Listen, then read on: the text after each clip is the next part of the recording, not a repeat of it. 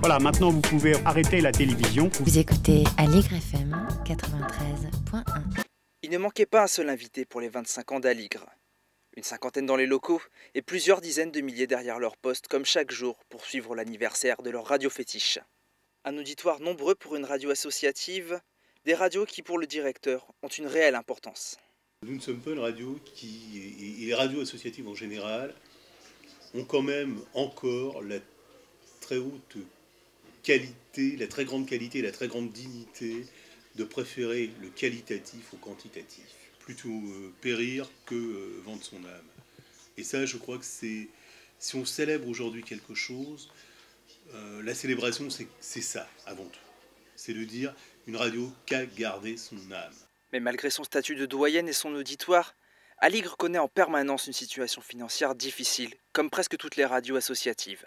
Refuser la publicité et garder sa liberté de ton, c'est ne vivre que grâce à une aide de l'État. Le fonds d'expression radiophonique est risqué de fermer du jour au lendemain.